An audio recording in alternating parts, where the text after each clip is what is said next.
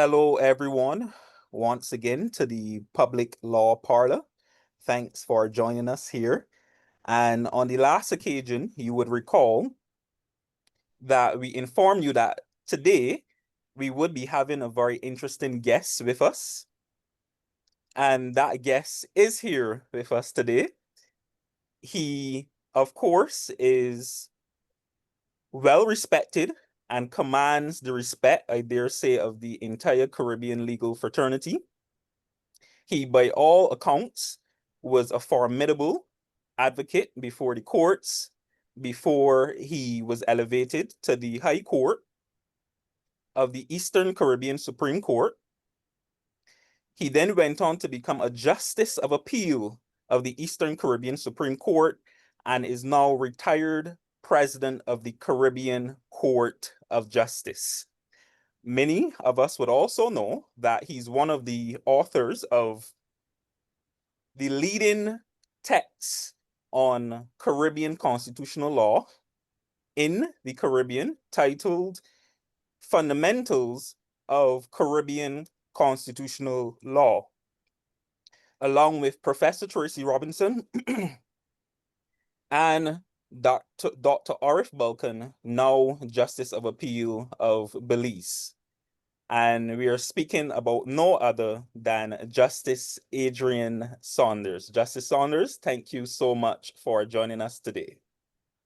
Thank you. Thank you for having me. And I have to say that I listened to the first edition of this podcast series, and I was extremely impressed by the fact of the initiative, by the discussions that took place between yourself and Alexander, and the whole notion of having a podcast devoting to discussing important legal issues in the Caribbean is something that I really applaud. So thank you for doing this.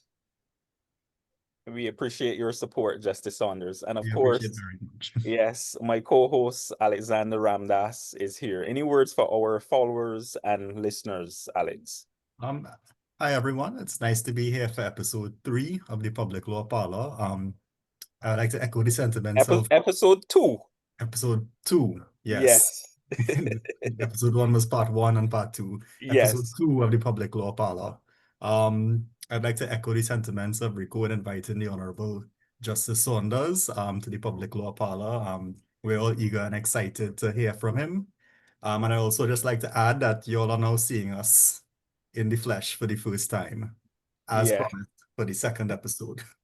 Yes. All right. So let us begin our conversation with the Honorable Mr. Justice Adrian Saunders. And Justice Saunders, before we delve into the substantive aspects of the law, we want to learn a bit about your legal journey, how it all started. So can you take us back to the beginning of your legal journey?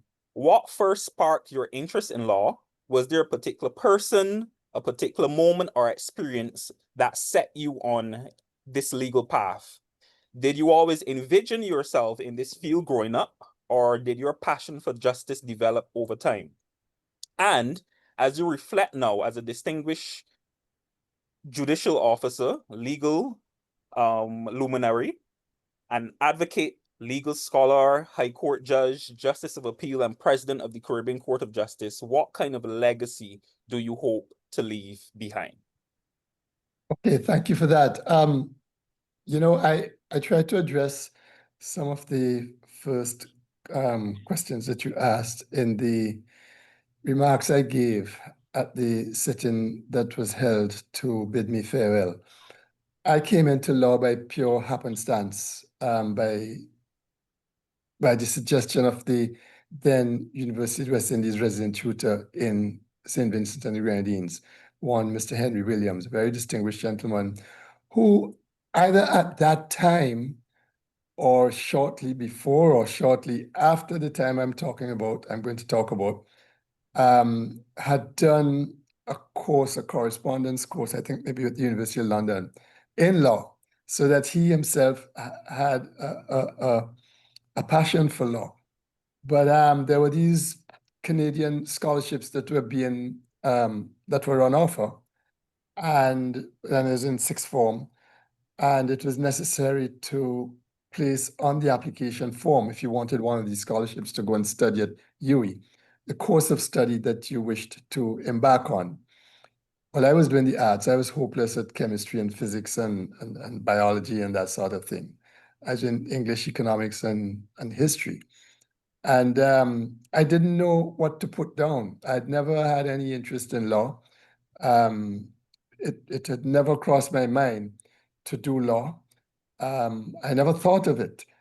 And when I left that part of the form blank, that is the part that required you to state the course of study that you wish to embark on if you got the scholarship, the resident tutor, Mr. Williams, said to me, well, why don't you put down law? Because there's a law faculty that's just been opened in Barbados. And I simply shrugged and said, okay, well, put it down. And that's how I got into the law. And from day one, I just loved law. I took to it like a duck to water and have never stopped loving it.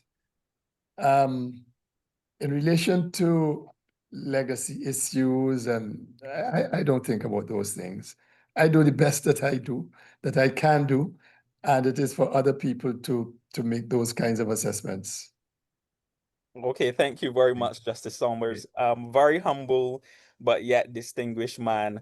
I must say that your story, Justice Saunders, a bit reminded me of my own. I remember going to college here after finishing secondary school, and I had no idea what I wanted to do. And I looked at the entire curriculum and I decided that, well, perhaps I should do law. And I remember after the first class I had, I enjoyed it thoroughly and I never ever looked back, and the rest is history. Yeah. So It grows on you. It does. yes, it surely does. Thank you very much, Justice Saunders. Particularly when you start constitutional law and you get into the constitution, that's when you can't look back. Exactly. Yeah. Yes. Okay, Justice Saunders. Now, you would have sat on some genuinely consequential panels of the CCJ that would have given decisions on cases in both the original and appellate jurisdiction, talking about Nuvei and Myrie. We'd just like to gather, are there any principles or values that would have shaped your jurisprudence and would have guided you in coming to your decisions in these decisions and generally during your time as an appellate court judge? Yes, definitely. Well, as Rico pointed out, I was in private practice for some time, 19 years actually, before I was appointed to the bench. And throughout my period in private practice, and even before then, I was motivated by certain core values that were taught and scrupulously practiced by my parents. The idea of fairness, being fair, the idea of respect for the dignity that lies within all of humankind, the notion that one should be grounded, that you are not bigger or better than anyone, and that you treat people in the same fashion, whether they are kings or queens or whether they are paupers and indigent persons. And also a strong belief in self-determination. My father was a teacher who ultimately became the president of the St. Vincent Teachers Association. And during his tenure as president, the teachers went on strike. This is during the colonial years. In fact, it was the year I was born, 1954. And they adopted punitive measures towards him because of the strike. They transferred him from a school in the heart of Kingstown, which had newly been built and was regarded as a prestige school by relative standards. And they transferred him to a rural school, which placed a strain on him and on my mother. and on the family, as I understood it. Of course, I was a baby. But the notion of self-determination has been one that has that have a passion for. That, you know, we struggled for independence, achieved it in St. Vincent and Grenadines in 1979. Throughout the Caribbean, Jamaica was the first in 1962. And I firmly believe that that struggle for self-determination is an unfinished one, that there are a lot of different ways in which we still have to decolonize. And the field of justice is one of those areas. And so those are some of the values that have animated me throughout my judicial career. And to the extent that it is possible to extract them, distill them from the Constitution and laws that I am required to interpret, then I have no difficulty in doing so. And I must say, Justice Saunders, that what stood out to me there and what will always stand out to me when it comes to you is the common respect for all of humankind. And when I watched the special sitting that they had for your retirement recently, one thing I realized is that almost everyone who paid tribute to you and your career, they relied on your opening words in the McEwen decision. And that in and of itself, I think shows that common respect that you have for all of humankind. I remember reading the decision for the first time and seeing those opening words. And after reading them, I couldn't help but to read the entire decision because they were so captivating and compelling. And the words are to the effect, and I think Alex would know this because he mentioned them to me recently as well, that being different is as natural as breathing, you know, and those are some pithy but yet powerful words, Justice Saunders. So moving on, we know that based on the seminal case of Attorney General and Joseph M. Boyce, we know from the agreement establishing the CCJ that one of the main missions of the court is to develop an indigenous or autochthonous, as we call it sometimes, Caribbean jurisprudence that reflects the shared histories, cultures, and values of our Caribbean region. In many of your judgments, Justice Saunders, and public remarks, there has been a clear emphasis on this as well. Now, in approaching a decision, what vision or underlying philosophy shapes your approach in crafting or creating this indigenous Caribbean jurisprudence? Yeah, well, we start first with the Constitution. Our national constitutions actually set out a preamble, and they also include a Bill of Rights. And these provisions and others invite judges to share and to be guided by certain values.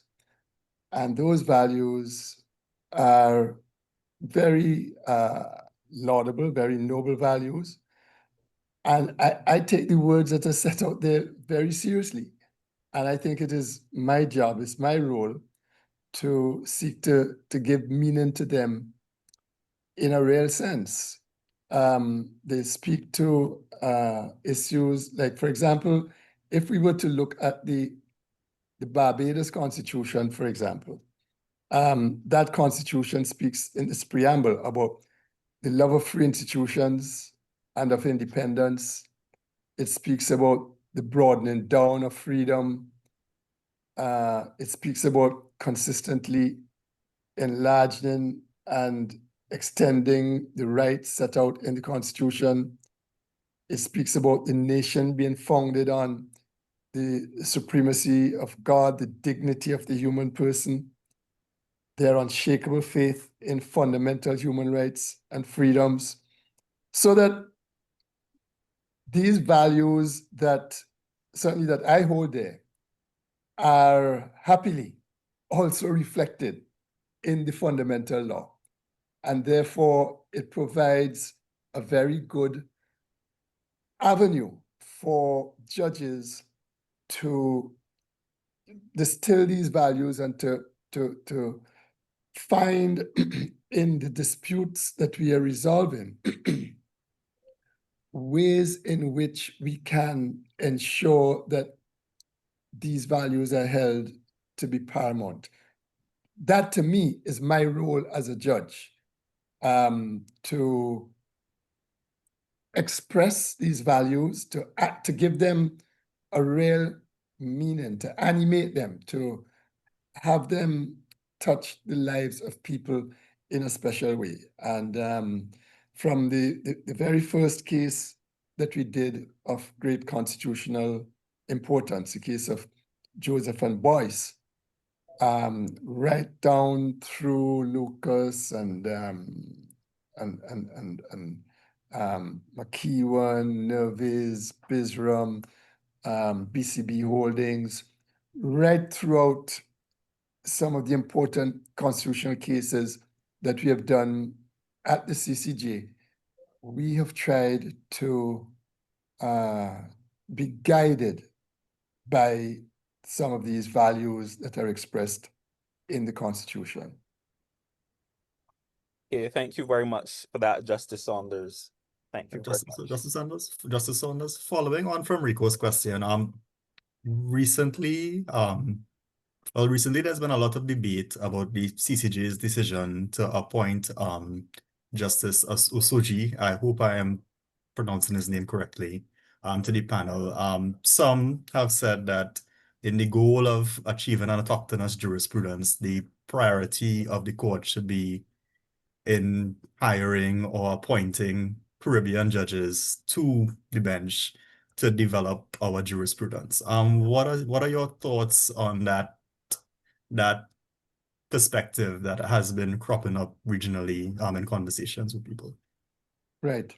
Okay, there are 7 judges right now on the CCJ bench. The agreement makes provision for 10, but we don't need 10 at this time. We can get by on 7. From the very first bench that was selected in 2005, we had 2 judges who were from outside the Caribbean. We had Justice David Hayton and Justice Jacob Witt. What is important is that those judges from outside the region were required to live in the region and encouraged to immerse themselves in the culture of the Caribbean. Actually, David Hayton did so well that anytime we wanted to go to a restaurant, we would ask David, which is the best restaurant you think we should go to? You know, he would tell you who sells the best doubles. But the value of having 1 or 2 persons on the bench who are from outside the region is that, but who live in the region, is that you are able to tap their understanding, their perception of what is happening in the region, of the manner in which rights are applied in ways that they think outside the box naturally. And therefore, it is a value which sometimes you don't get from Caribbean judges. Of course, you're not going to get 4 of 7 judges from outside the Caribbean. You will always have a majority of judges on the CCJ who are from the Caribbean. It's a Caribbean Court of Justice. But those judges, the 1 or 2 that we have that come from outside the Caribbean, the experience we have had is that they provide extremely excellent value to our decision making. Our whole thrust in the development of the principles of the rule of law and the application of the rule of law was started by Justice Witt and his very important judgment in Joseph and Boyce. And that thread that he started there was developed in further cases like the dissent in Lucas, like Maya, and then Nervis. So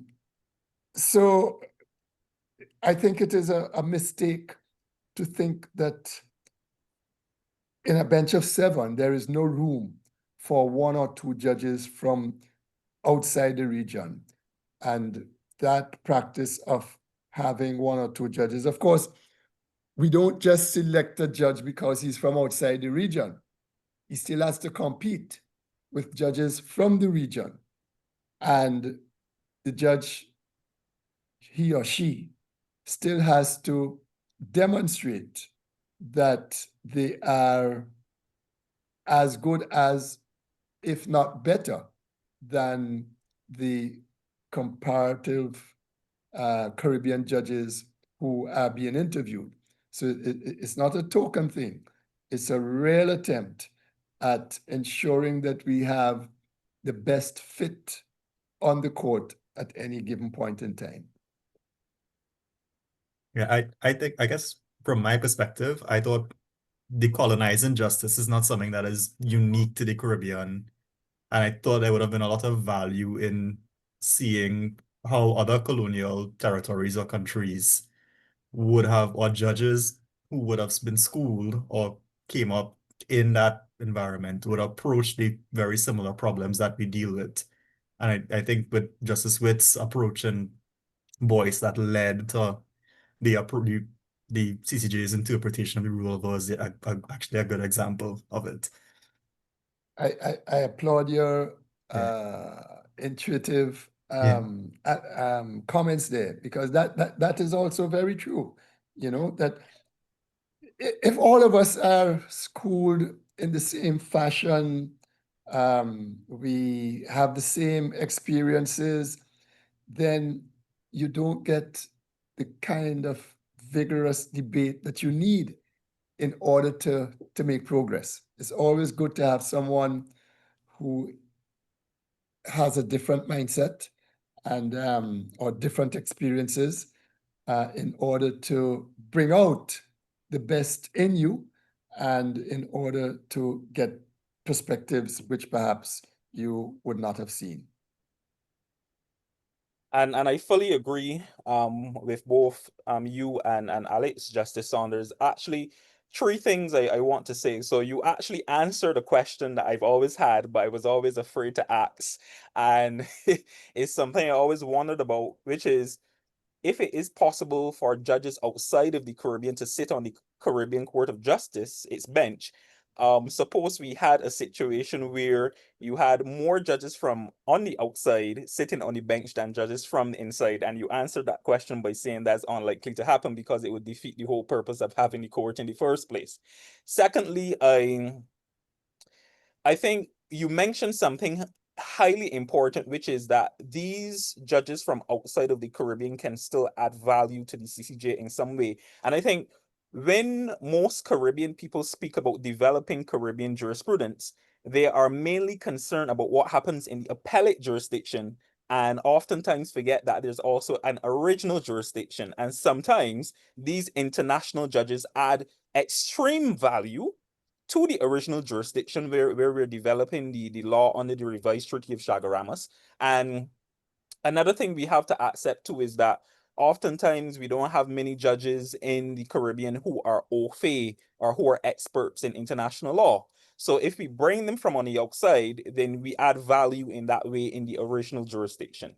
And then thirdly, when you were speaking about Justice Witt's contribution, and I was thinking about it as well before this podcast, to this day, he still has perhaps one of the most powerful judgments in Joseph and Boyce, even though he was not a Caribbean judge. And it then begs the question, when we speak about developing a Caribbean jurisprudence, is it that the judge has to be from the Caribbean, or the judge's thoughts or opinions have to be accepted by Caribbean people? Because for me, I think the latter is what is more important. And based on my observations and my conversations with people, I have not come across anyone, any Caribbean person, any Caribbean legal mind who did not support or endorse the judgment of Justice Witt. So even though he was not from the Caribbean, through the endorsement of his judgment and his opinions by Caribbean people, I think that is sufficient in and of itself to say that that is Caribbean jurisprudence because it has the stamp of approval from Caribbean citizens and persons, right? So But I actually, you know, agree the with whole you. idea of Caribbean jurisprudence and what is Caribbean jurisprudence, we tried in the judgment of the president and myself and Joseph and Boyce to touch a little bit on that issue of how we go about fashioning or further developing Caribbean jurisprudence. Because as far as we are concerned, Caribbean jurisprudence has to be about not just solutions which we consider to be native to the Caribbean, but rather looking at solutions that have been put into practice or advocated throughout the world and assessing what is most suitable for the Caribbean and applying that. And I think that we did have some sentences that address that issue in Joseph and Boyce, that we are going to be not hidebound by English precedents or Privy Council precedents, but we would look at what the courts of other jurisdictions are saying on any particular issue, and we will seek to borrow and to import that which we think is most suitable for the Caribbean. Absolutely, absolutely. And Justice Saunders, let us segue now into the CCJ's attempts at judicial education and educating Caribbean civil society about the Caribbean Court of Justice. I know that you're big on that, and that is something that everyone at the special sitting mentioned as well. And I've seen it for myself because during your tenure as president of the CCJ, I think I've seen you in almost every Caribbean country there is just, advocating about the CCJ. But despite the CCJ's consistent efforts at educating civil society across the Caribbean about its role and its significance, many Caribbean countries still remain hesitant to accede to the appellate jurisdiction of the CCJ. That is to make the CCJ its final court of appeal. So why do you think this reluctance persists? Is it a matter of public trust, political will, or perhaps historical attachment to the Privy Council, or all of the above, if you think so? And what do you believe needs to change to shift these mindsets in the Caribbean? First of all, I believe that Caribbean people should be given information on the issue of CCJ and why it is better to have the CCJ as a final court for Caribbean countries than to have a court that is based in London, staffed in the main by British judges. But I don't believe that the decision to accede to the Privy Council is best made by a popularity contest, by whether the majority of people wish for that to happen or not. I think that this is a decision that seeks to decolonize justice, and decisions of that nature should be made by parliamentary representatives who consider that that is the way to go. We in the region never had any referendum on adult suffrage. We didn't have any referendum on independence. And the countries that became republics, they didn't have referenda on that.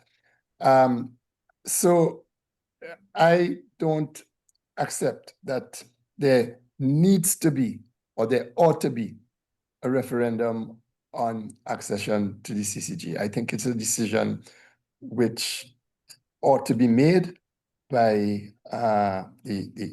you have to alter the Constitution in order for it to happen. And therefore, parliamentary representatives have to be involved in a decision to do that alteration.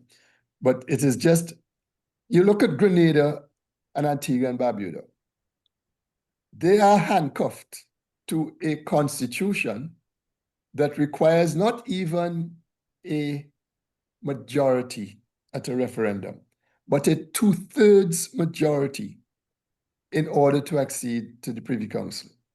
Now, to me, that is extremely unfortunate, and I'm being very euphemistic, because we had a situation in each of those countries where, in Grenada, for example, 100% of the parliament, 100% of the government said, we want to accede to the CCJ, but they are precluded from doing so because their constitution requires that, in addition to the necessary majorities, which they easily could attain in the parliament, they needed to get a 2/3 vote at a referendum.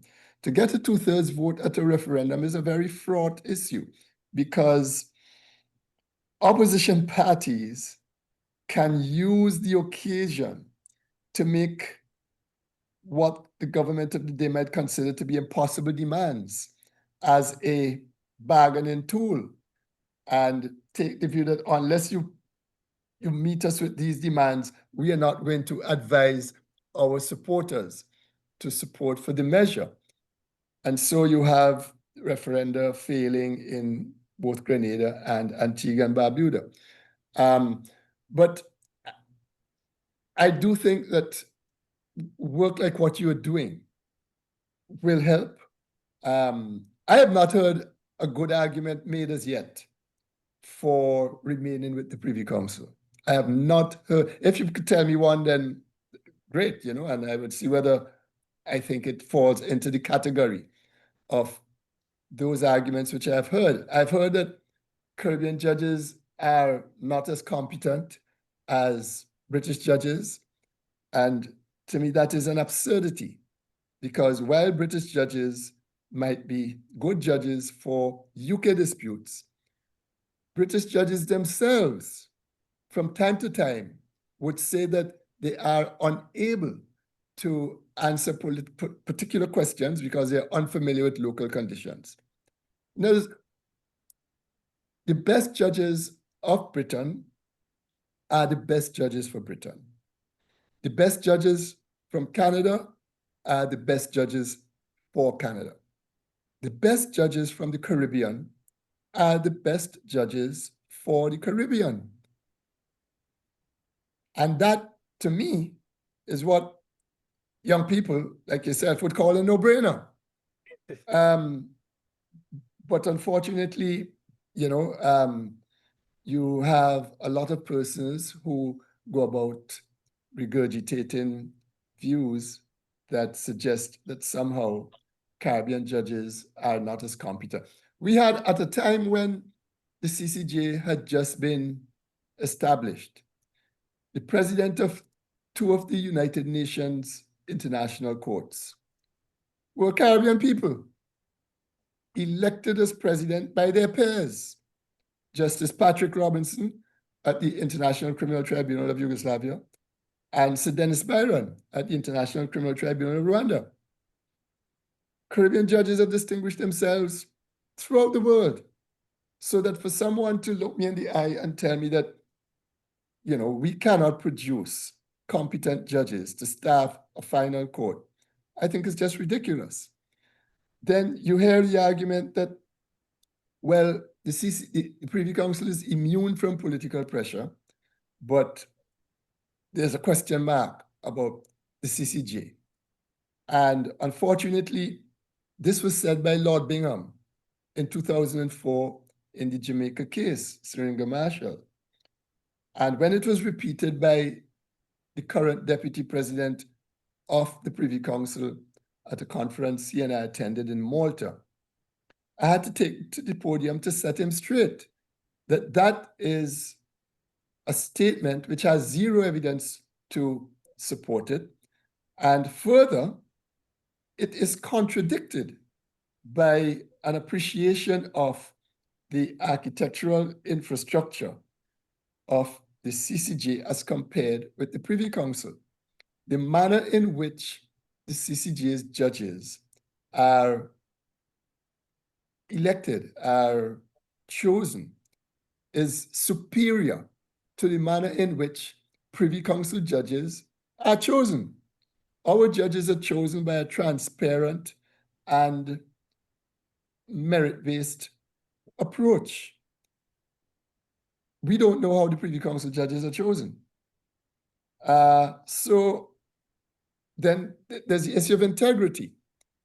And for someone to tell me that in the Caribbean, we cannot produce judges of the same integrity as the British judges, again, it's lunacy, it's self-hatred. It's what the Barbadian writer George Lamming refers to as a legacy of colonialism that bred terrors of the mind, where we lacked the appreciation of the fact that we are just as good as anybody else. And in every society, you have the good, the bad, and the ugly. You have good judges, you have excellent judges, you have mediocre judges, you have judges who not so good. In every society, our excellent judges, our good judges are no less in quality, in competence, in integrity as the best judges anywhere else. The most egregious thing that I've heard from our detractors is where they look at the imperfections of the local justice sector. Long delays, perhaps. Judgments take a long time to be delivered. And then they say, you see, that is why we can't support the CCJ. No one ever looks at the imperfections of the British system and ascribe those imperfections to the Privy Council. The British courts in, I think it's 2020 or 2021, in the Lamy Review, look it up, the Lamy Review, were found to be institutionally racist. No one says that because of this, you can't trust the Privy Council, but they instead would look at imperfections in the Caribbean trial justice system and ascribe those to the CCJ. That is unfair. It is, again, a reflection of self-hatred, in my view. And so, as I said, I am yet to hear an argument that is sound, that gives a good reason why Caribbean countries ought not to support their own court and instead should carry their final appeals to the Privy Council. Oh, Justice Saunders, I must say that I agree with you on all counts. And everything you said, I've been saying for a very long time, and I just want to comment on some of your opinions briefly. Now, one, the opinion that a referendum is not necessarily needed for a country to accede to the CCJ as its final appellate court. Now, that is something, and Alex would tell you I've been saying that for a very long time. I think that sometimes, and this is just me being blunt here, sometimes we as Caribbean people don't know what is best for us until we actually experience it for ourselves. And I know detractors may come and say that to make an important decision like that, which requires a constitutional alteration, like you said, without seeking and taking heed of the public's opinion through a referendum would undermine democracy, democratic values, etc. But I think that we do need the parliamentary representatives as the constitutionally democratic organ of the state to make that decision so that the Caribbean citizens can understand why it is that this is the best decision that can be made for them. Because, and going back to what you said, I don't think it is sensible to hold a referendum on these types of issues if it is that there has not been widespread or sufficient public education. Because oftentimes in the Caribbean, even outside of having referenda on the CCJ, we have referenda on very important and pressing issues, but then the populace is not educated. And to my mind, it makes no sense, because if they're not sufficiently educated, they can't make a sensible or informed decision. So in a case like that, I don't think you should have any referendum at all. So is that unpopular opinion, but I do share it, and I do support it definitely. Secondly, you spoke about the arguments that you would usually hear from critics about why the CCJ should not be accepted as a final appellate court. And I always say this as well. I have not come across one solid argument that would convince me that the CCJ should not be the final appellate court for all Caribbean countries. I've heard all. Trust me, I've heard every single one. And like you said, the main one you would hear is that the CCJ is somehow susceptible to political pressure throughout the Caribbean.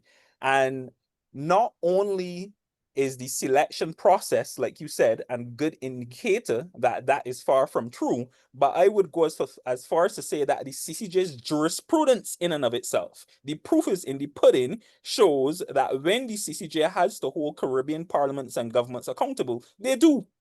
Right? The proof is in the pudding. So even separate and apart from the selection process, if any person actually goes through, let's say, constitutional decisions, judicial review decisions where the government is involved in the CCJ's appellate jurisdiction, I think that it is quite clear that there has been no political pressure, no political influence at all in any of the CCJ's appellate jurisdiction judgment. So I tend to rubbish all of them because I too have not heard any sensible argument to date. But So you see, Rico, there's an argument that I didn't make, but which is an important one. So forgive me, let me just mention it. It is that the CCJ is one court, but it has two jurisdictions. The judges who sit in the appellate jurisdiction also, as you rightly point out, sit in the CSME jurisdiction. In the CSME jurisdiction, we determine disputes between and among the states, so that every state has a vital interest in ensuring that those judges have integrity, that those judges are competent, that those judges are not going to be swayed by political pressure, because they are determining their own disputes. So, and this is one of the flaws in that Syringa Marshall case from Jamaica.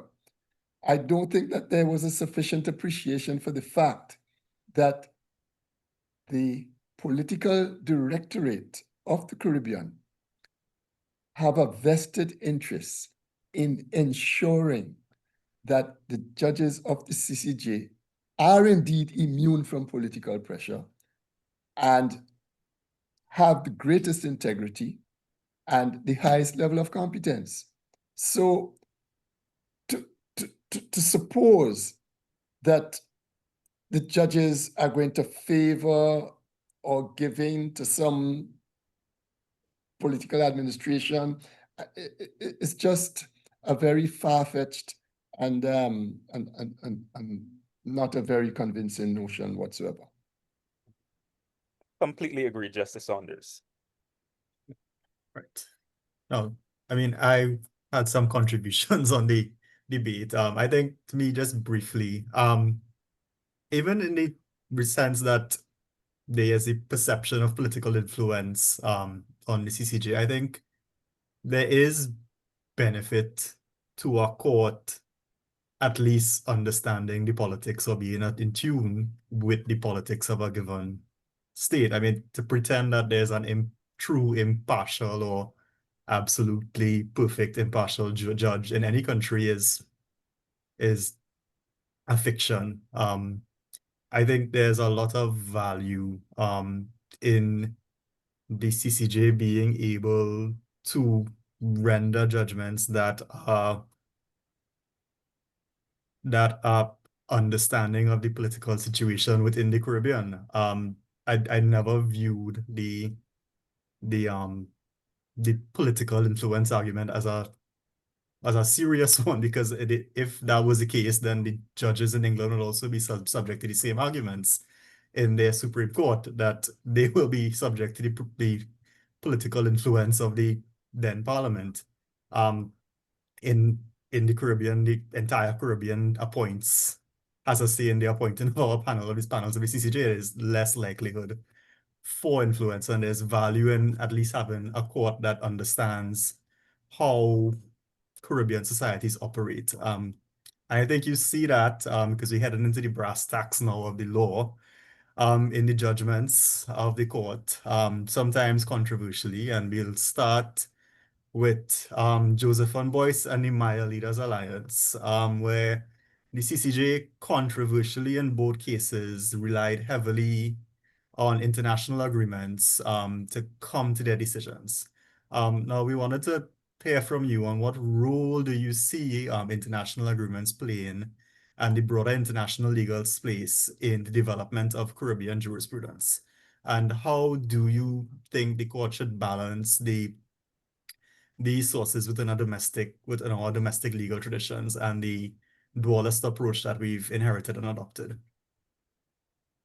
Yeah. As part of our British colonial legacy, I think it is fair to say that we have too low an opinion of international law. And that is reflected in the premise of your question, is also reflected in the absence of any regard for international law in the independence constitutions of most Caribbean states. Guyana is a striking exception.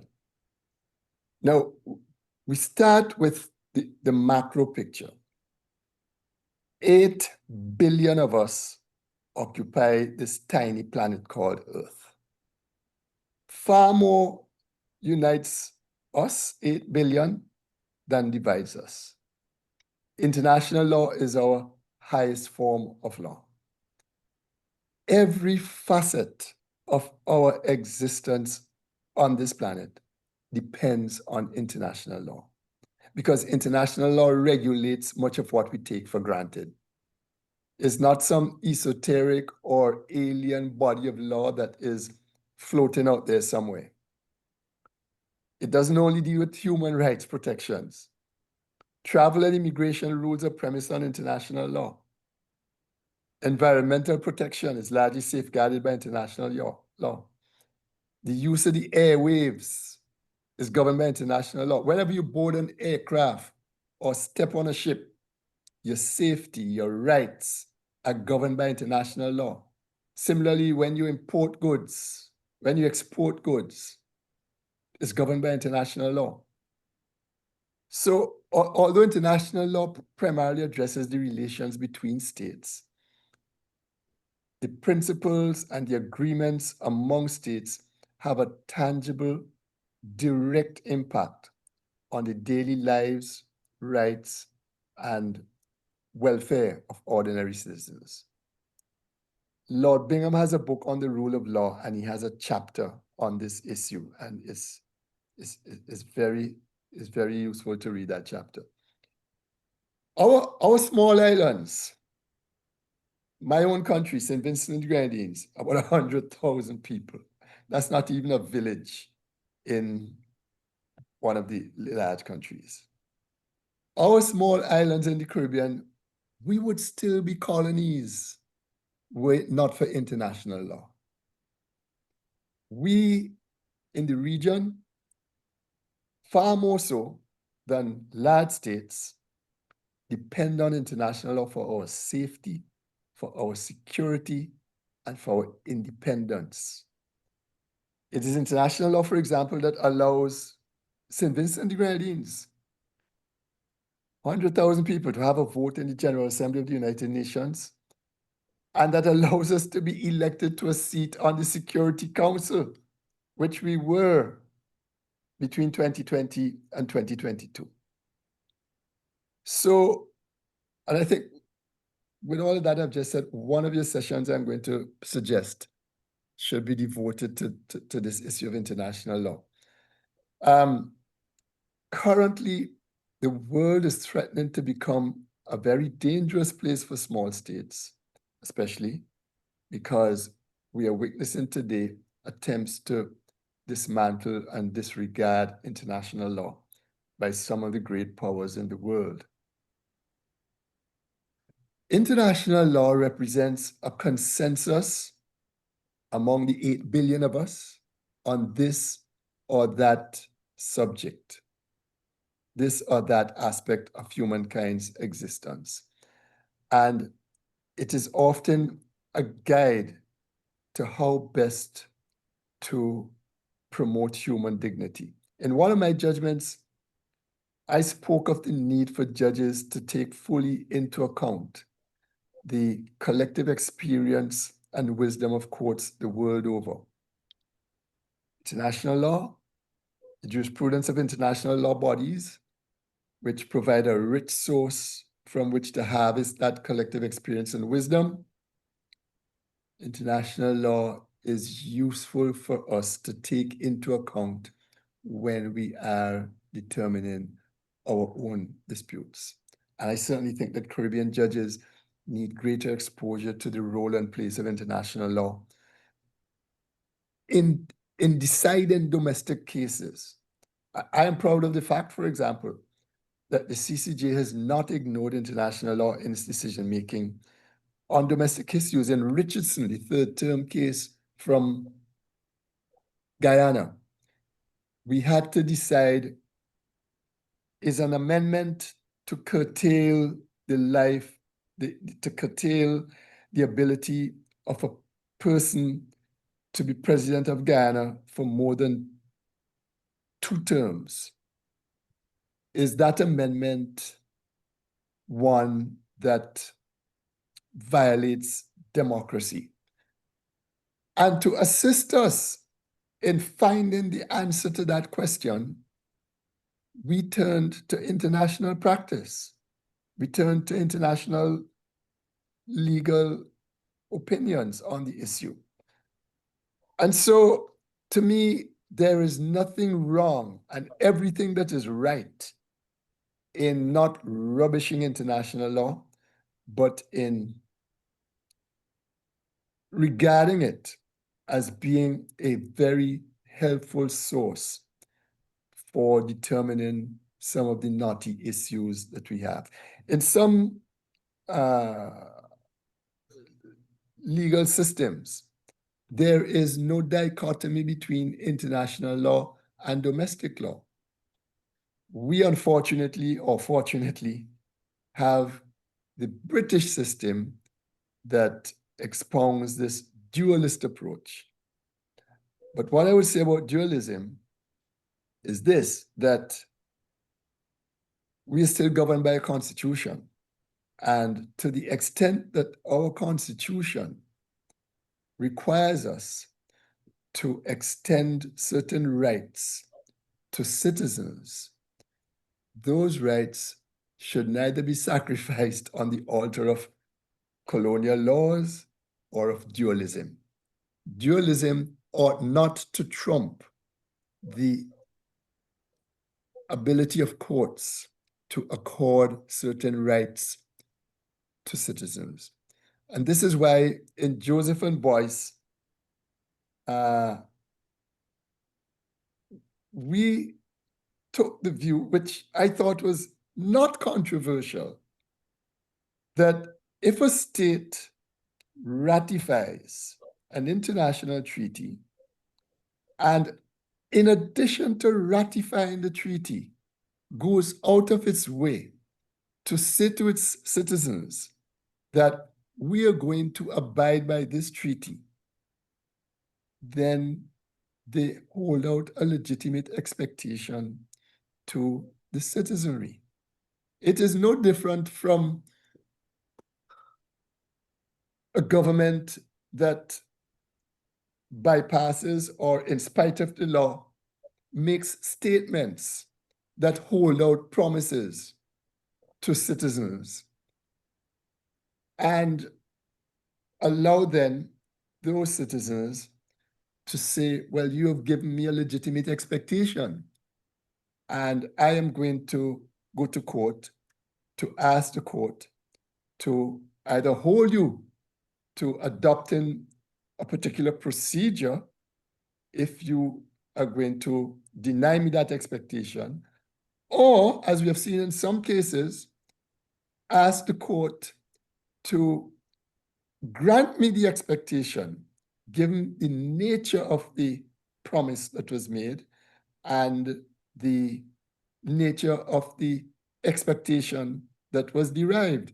So I don't see anything controversial in that with respect.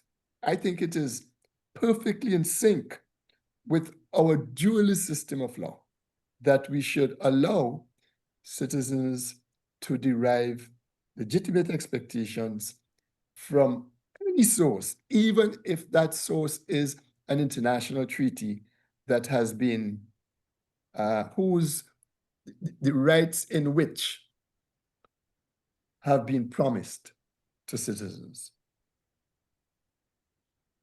I think I agree. I think my what I've always said is that the legal systems as we know it were the outcome of an international effort.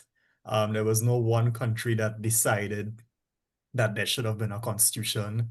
The revolutionary constitutions of France and America and Haiti and these places were they all fed off each other and the concepts that would have been prevalent at the time. And I don't think you create a constitution and then you forget that the constitution itself was born out of an international effort and international consensus on what these core principles are.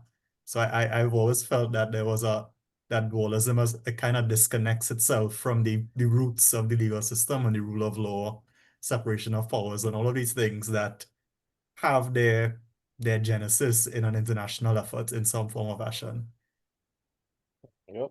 And I completely agree, because I was actually going to say the same thing. I mean, there's an abundance of jurisprudence, Justice Saunders, that makes it quite clear that the supreme law of our legal system, the Constitution itself, in every single Caribbean country, was weaned off of international law agreements, the European Convention on Human Rights, the Universal Declaration on Human Rights. So to separate the interpretation of the fundamental rights in the Constitution from the interpretation of these international human rights instruments would not make sense at all. So I do think you put forward a very strong case for the acceptance of these international human rights instruments when we're looking at constitutional decision making. And it's quite interesting that you, in passing, you mentioned that the human rights in the Constitution should not be sacrificed at the altar of colonial laws, because that perfectly segues into our next question, which is about the savings law clauses in some Caribbean constitutions.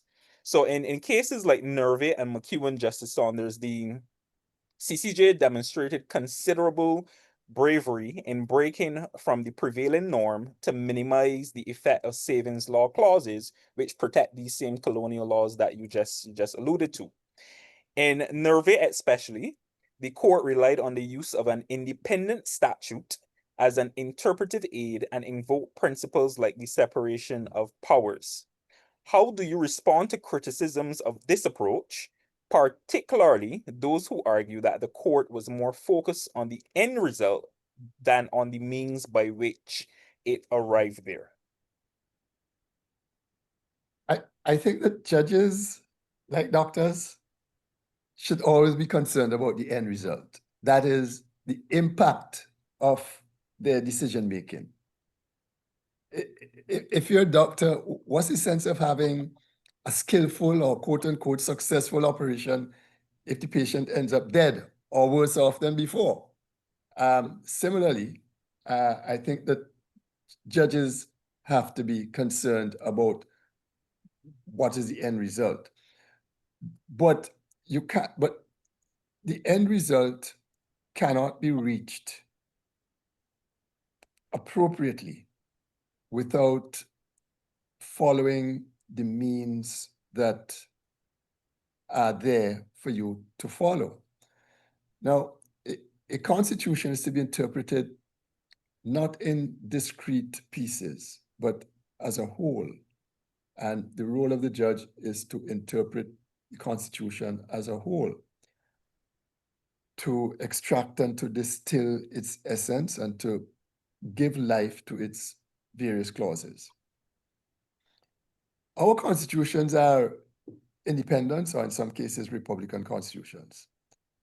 They're documents that in the first place, and we see it in the Barbados Constitution, in the preamble, for example, that I cited, I quoted a little while ago. They exalt self-determination. These are constitutions that say, we used to be colonies. We are now happy to put an end to colonial rule and to chart our own progress.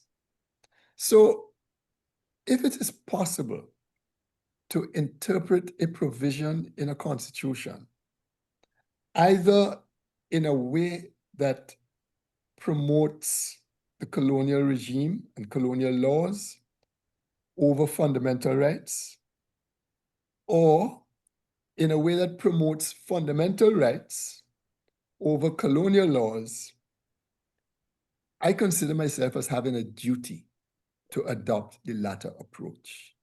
And to me, again, I don't see anything that's controversial about it.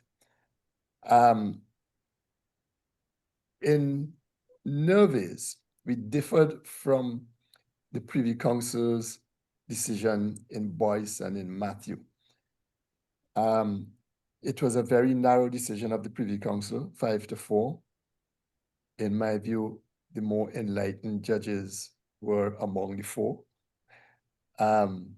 But the savings clause, interpreting the savings clause has always been a vexed issue. As early as 1976, Francis Alexis, he wasn't Dr. Francis Alexis then, wrote an article in Public Law in which he drew attention to this tension between the modification provision that is contained in the Independence Statute and the savings clause that is contained in the Constitution. They contradict each other. And he took the view that they needed to be read together, that one needed to see how it was possible to neither adopt one and rubbish the other one, or adopt the other one and rubbish the other one, as the case may be. And that is what the minority in the Privy Council decided to do. When we decided Nervis, we took the view that it was really not good interpretation to not meld these two provisions, to not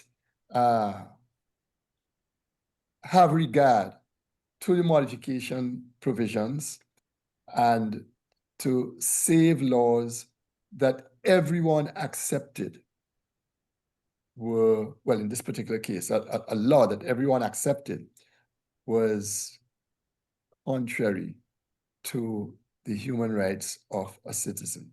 It would be no different from the doctor who says, I am going through this operation by the book skillfully, even though I know that the patient would die, when in fact, you can operate in a manner that will make the patient live.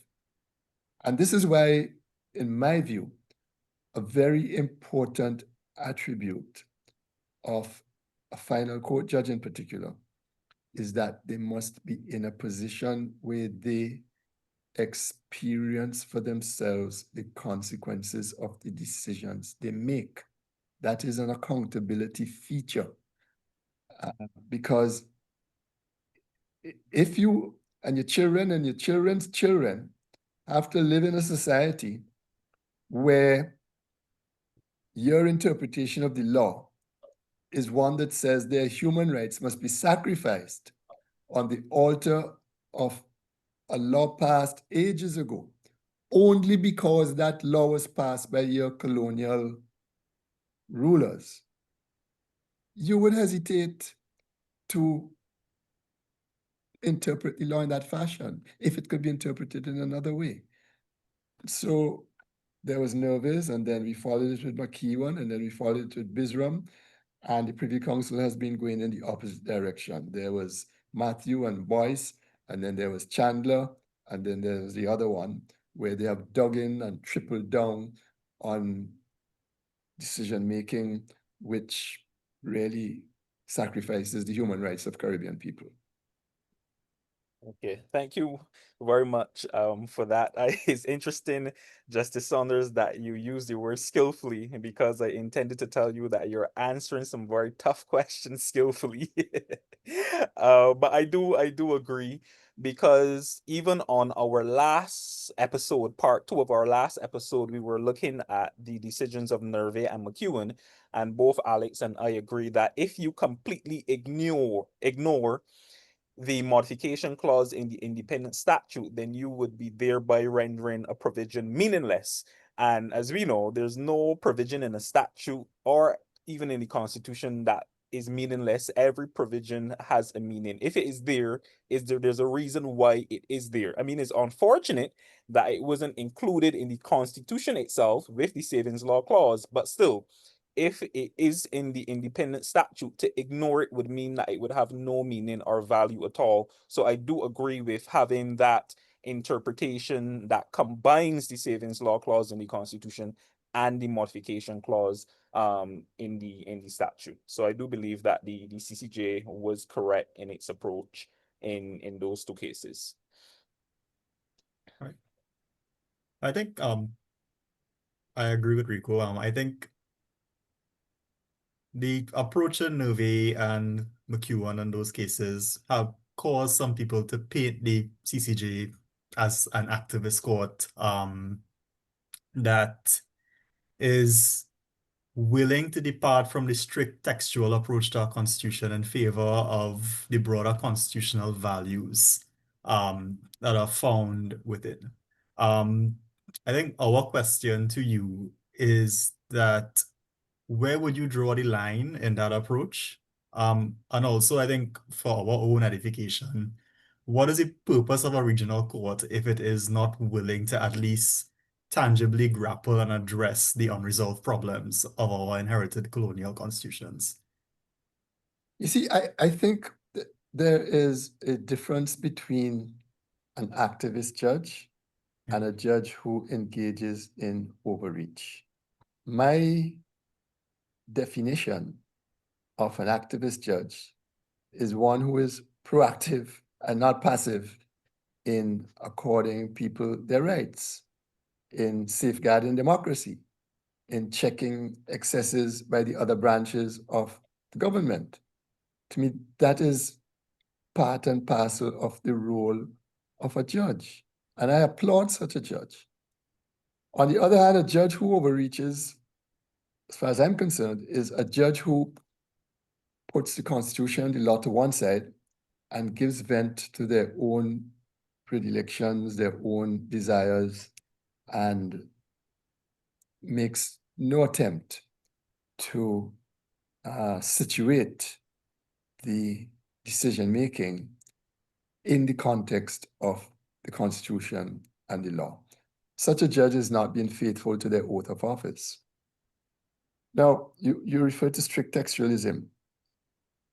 Strict textualism has never been the only or the wisest method of interpreting law.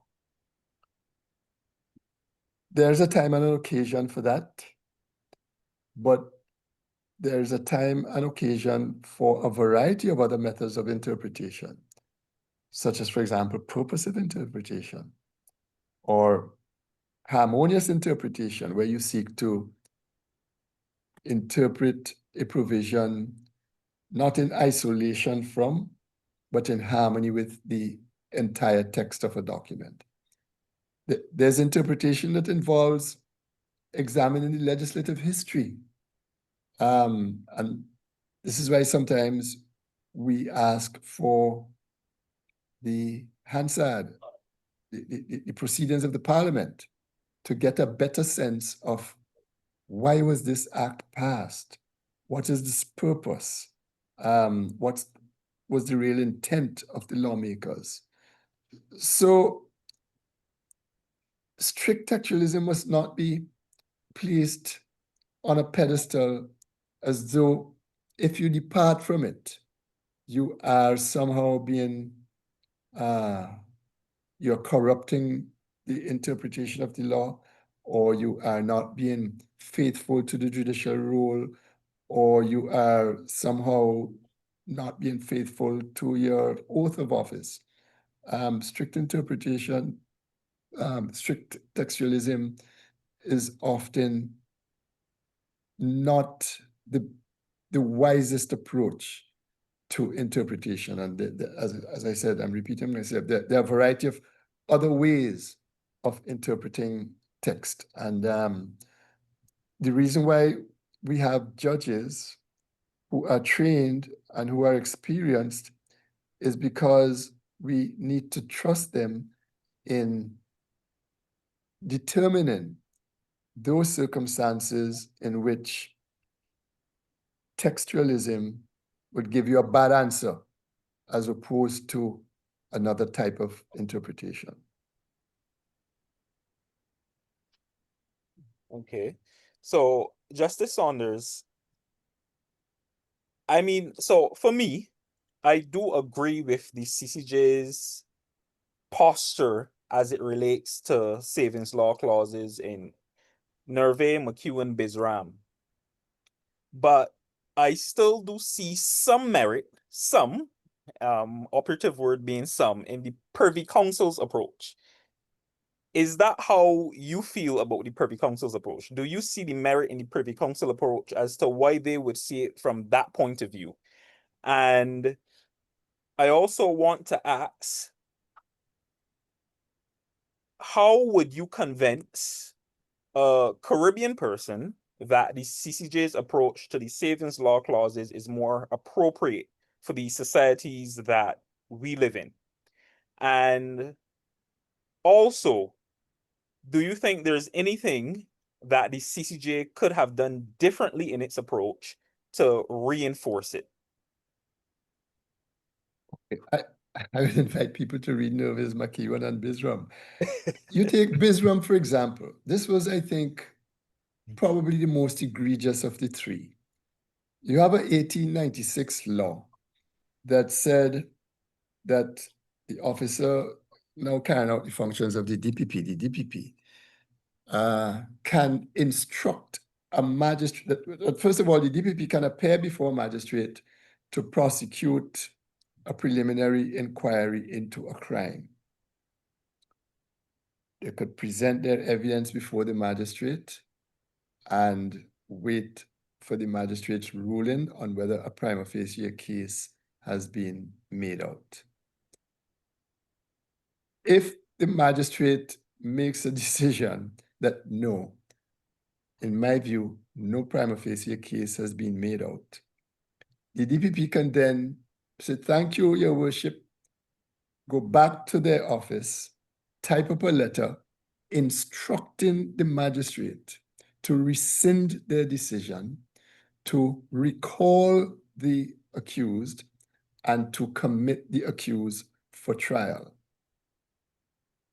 Now, that makes a mockery of the justice system, in my view. But there was a good reason why that law was passed in 1896. 100+ years later, the premise on which the law was passed is no longer the case. In 1896, the magistrate was a layperson. In 1896, it is likely that the only person with legal training in Guyana might have been the Attorney General at the time. So you could understand the passing of a law that makes a provision for an egregious error being made by you can't call him a judicial officer in the sense that they don't have legal training, but by a lay magistrate who has no legal training. In the 21st century, the magistrates are professionals. And the Constitution of Guyana that speaks to the separation of powers, that speak to equality before the law, that speak to the rule of law, cannot countenance a law that says it could do what I said this 1896 law does.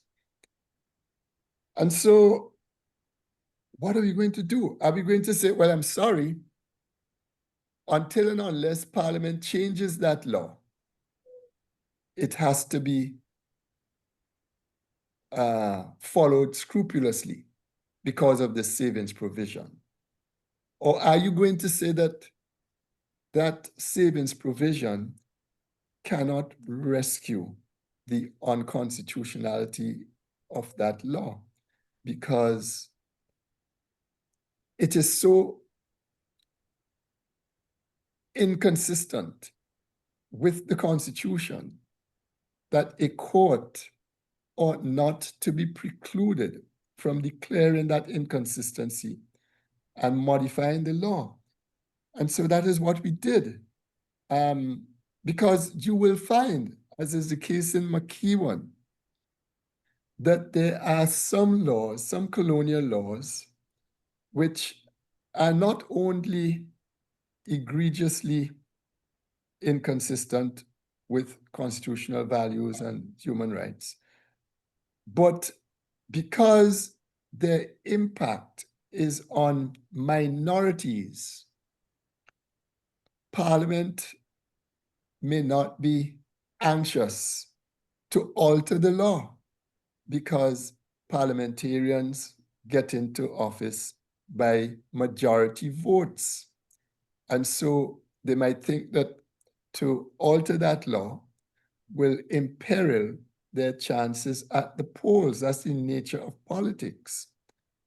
And so adopting the approach to the savings clause that the Privy Council adopts risks doing great harm to the minorities in the community in cases where there are colonial laws that oppress them.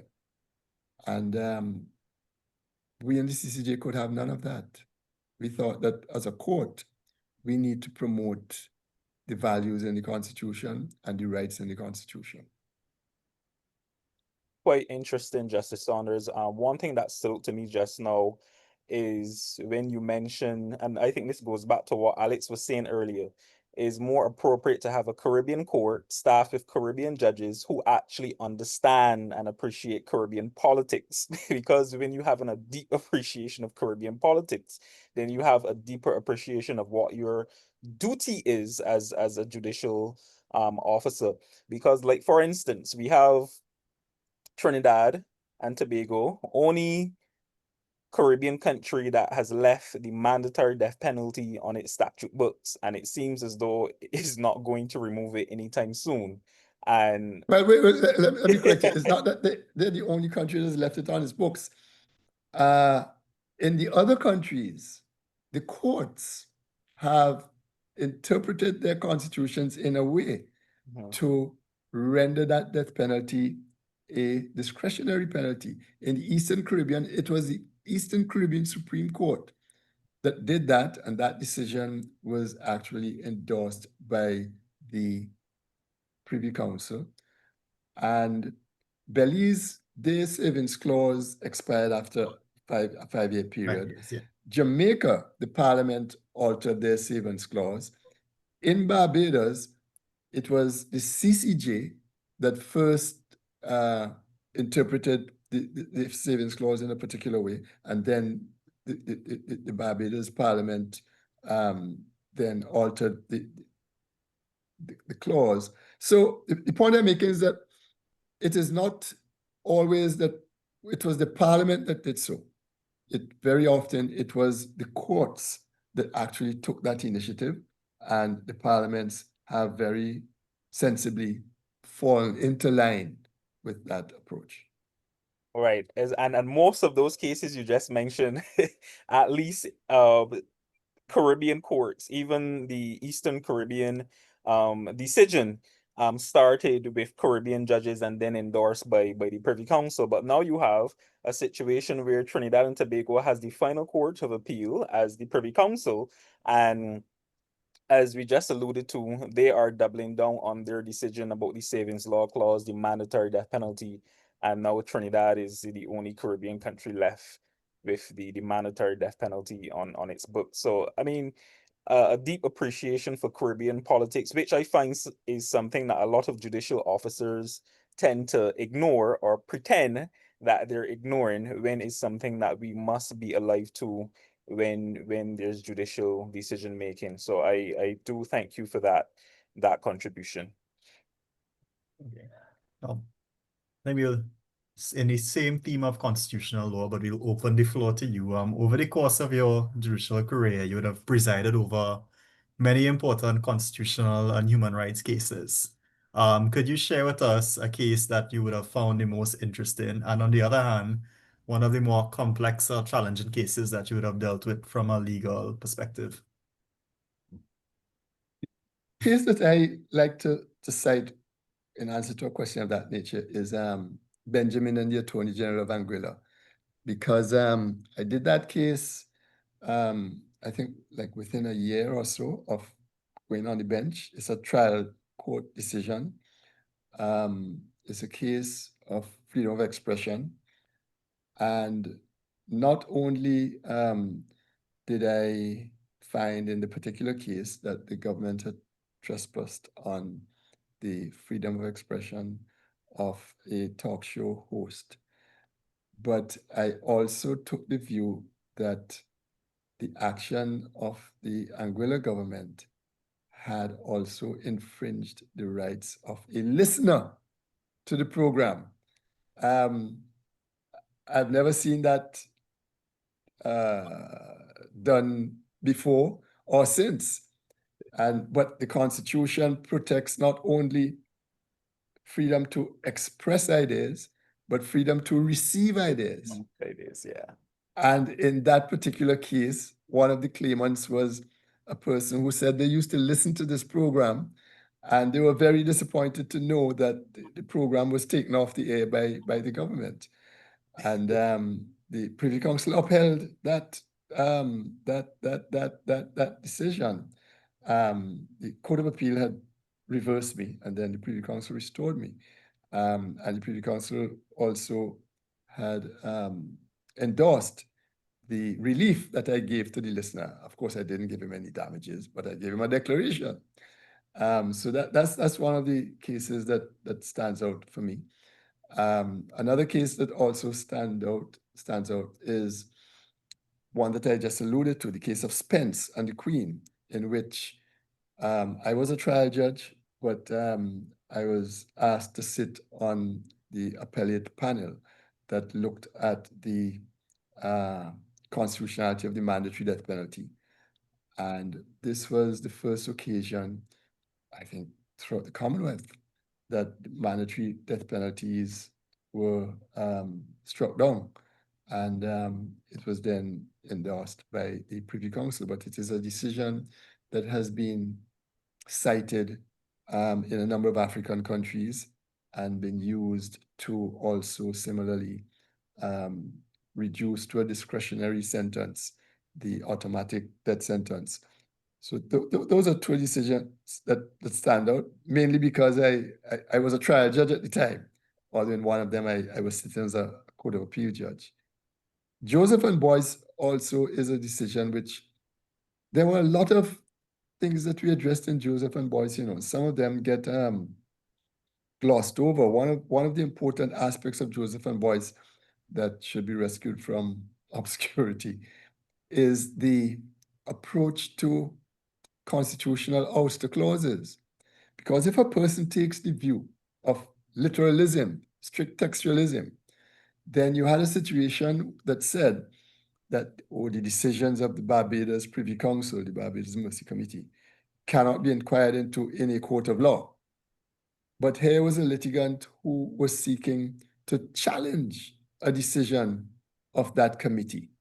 And the court said, no, that ouster clause, even though it's in your constitution, even though it is not conditioned by anything, when you read it, it's very clear, it has to be read in harmony with the rest of the Constitution. And so you can't give carte blanche to the Barbados Privy Council to violate human rights, and a person whose human rights are violated would have no recourse. So that even where there's an ouster clause in the Constitution, we took the view that that ouster clause cannot take precedence over the enjoyment of human rights. So Joseph and Boyce, for a number of different reasons, including that particular one, is also a decision that I value highly. Okay, Justice Saunders, and I just want to say that I must say this, when I am going through the right to freedom of expression with my students, of course, we always have to mention the Benjamin case. And when we go through the facts and what was held, the looks on my students' faces, I never ever forget. Every single year group is like, this judge is one bull judge. And I said, yes, he's now the president of the Caribbean Court of Justice. And I think why they thought that your judgment was very bold but correct is because, you could correct me if I'm wrong, I think the government itself owned the radio station. Yep. But so the government owning the radio station, making that executive decision to suspend the radio station, but here you have this bold judge saying that listeners of this radio station, their right to freedom of expression was infringed. So it really is an interesting case indeed. Now, we spent a lot of time, Justice Saunders, on the appellate jurisdiction of the CCJ, but like you said, there's also the original jurisdiction, which I find is often overlooked. And the work in that original jurisdiction is I find overlooked as well. I mean, perhaps because you don't have many cases relative to the appellate jurisdiction.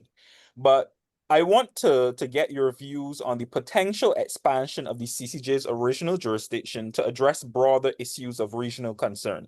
Because as we would know, the revised Treaty of Chaguaramas is primarily viewed as an economic treaty dealing with economic and trade disputes.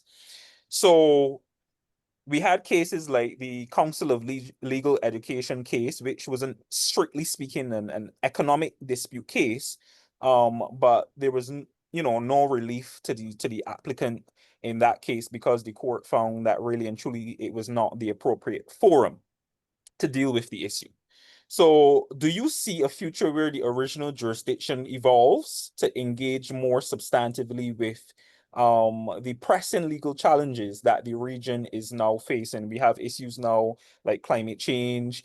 We had recently the CXC dispute where students were aggrieved, and there was a whole debate about whether or not an issue like that could be resolved in the CCJ's original jurisdiction.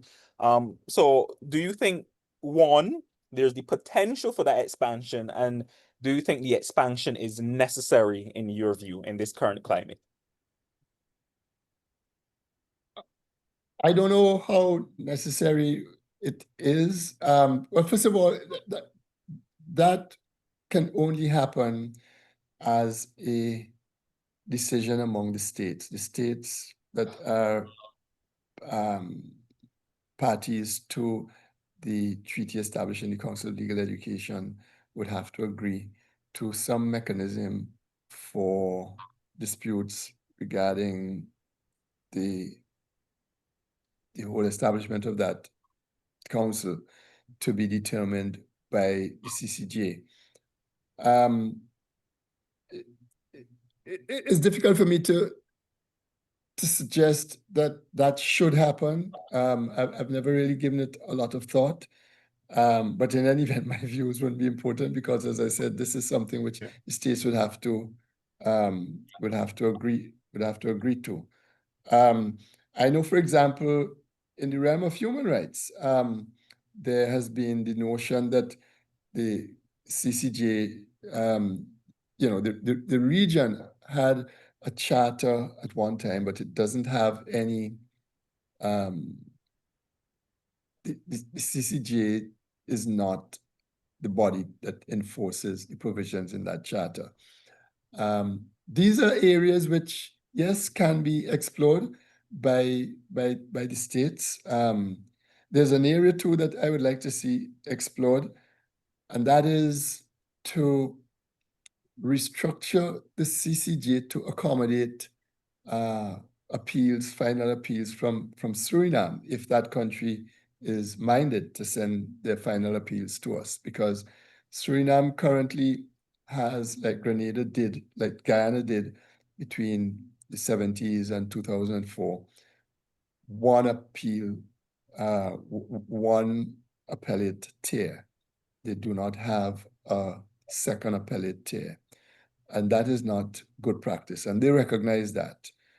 And the options before them are the same as are being debated in Jamaica, I suppose, either to continue with the status quo of having the Court of Appeal be the final court, which is the current status quo, or to having a second appellate tier of Suriname, or going back to the Netherlands and have the Supreme Court, just as the Privy Council does for us, used as the final appellate court. There's very little appetite for that, I understand. Or I want to introduce the alternative of restructuring I would like to see introduced the alternative of restructuring the CCJ so that it accommodates a division that specifically deals with Suriname's appeals. Of course, the common law judges who don't speak Dutch would be entirely incompetent to deal with those appeals. They would have to be Dutch judges, but selected on the same merit-based and transparent basis as CCJ judges are. They'd have to be selected by a specially convened commission made up of persons who can appreciate the quality of Dutch jurists. And they don't have to be full-time Dutch CCJ judges. They could be, they call them in international courts, they call them ad litem judges, so that only when there is a Suriname appeal that you gather them together to hear the appeal, so that you don't, you minimize on costs and so on. I've done a little brief concept paper on it, and I'm in the process of trying to interest my brothers and sisters in Suriname on this venture, but there's still a long ways to go. And of course, the impetus has to come from Suriname and the Surinamese judiciary and executive and parliament. That was actually probably a very good answer to our follow-up question, which would have been, having sat on the CCJ's bench since its existence for a full 20 years, where would you like to see the CCJ 20 years from now? What improvements or achievements would you like to see in the development of Caribbean law, identity, and regional integration?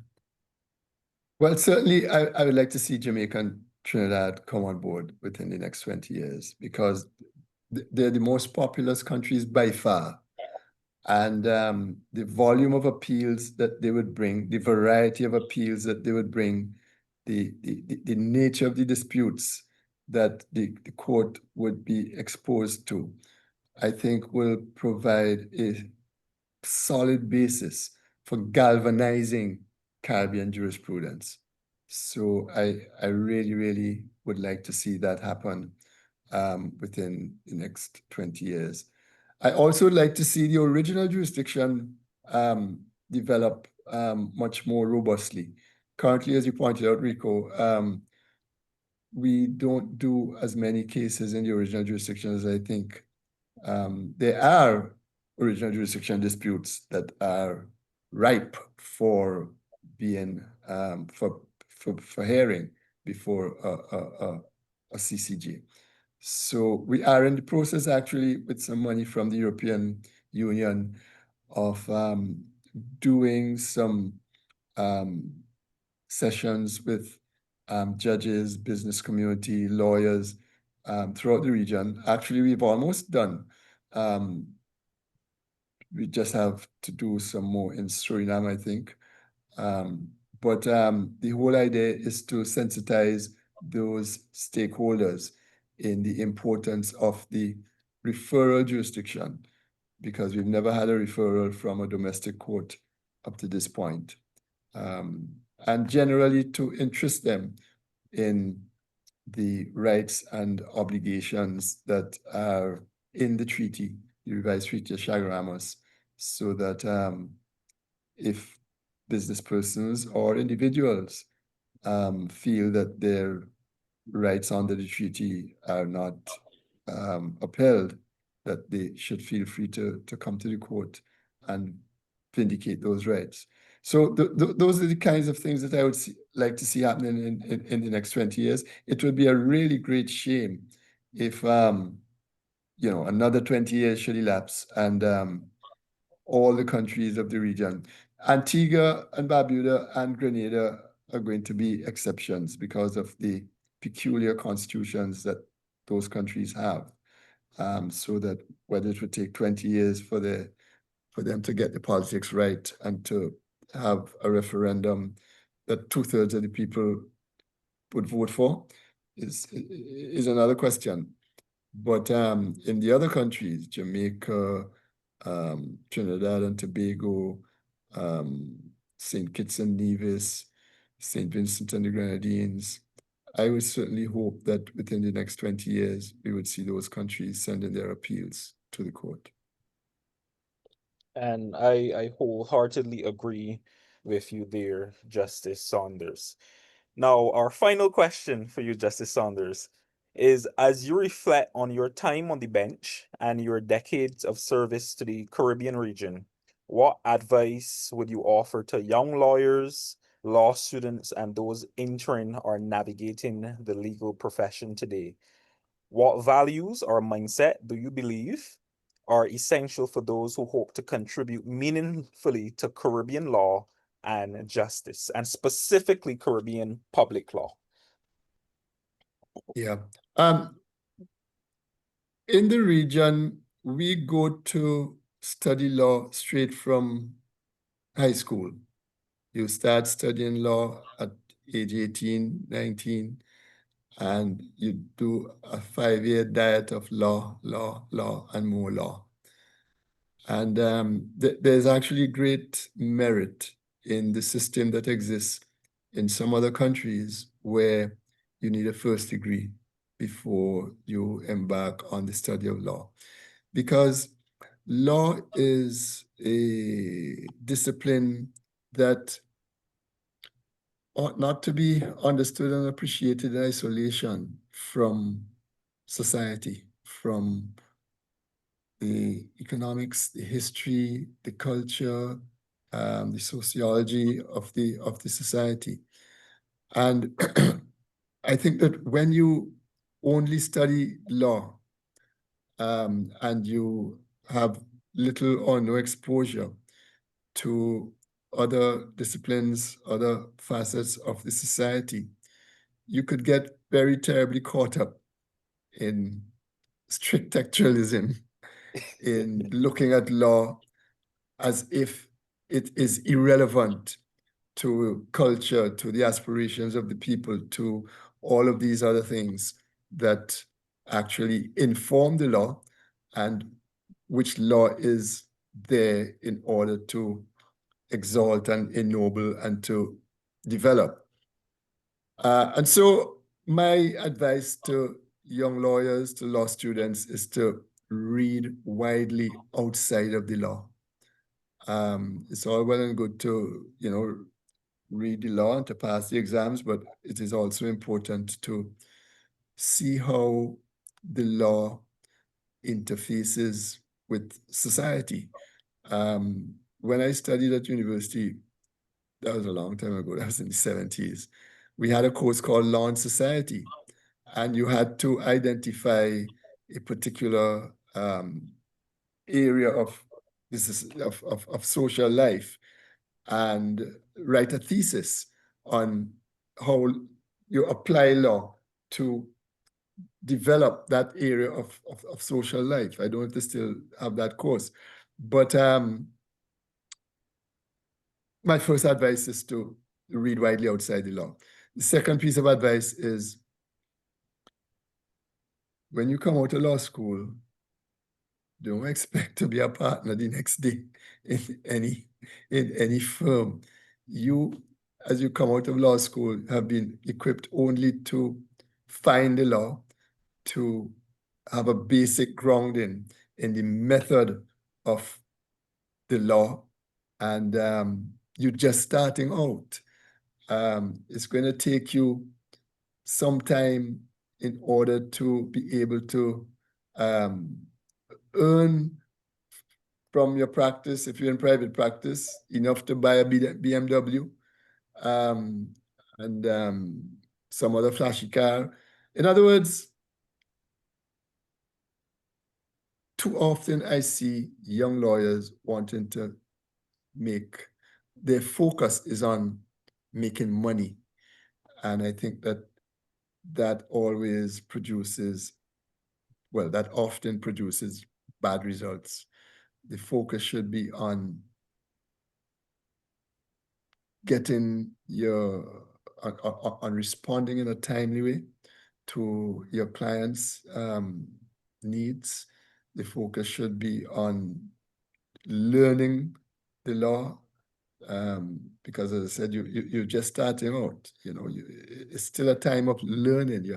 You could never stop being a student of the law, and in those early formative years, you need to continue to be a very diligent student of the law.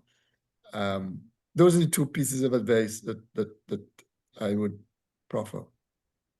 Yeah, thank you very much, Justice Saunders. Very good advice, I must say.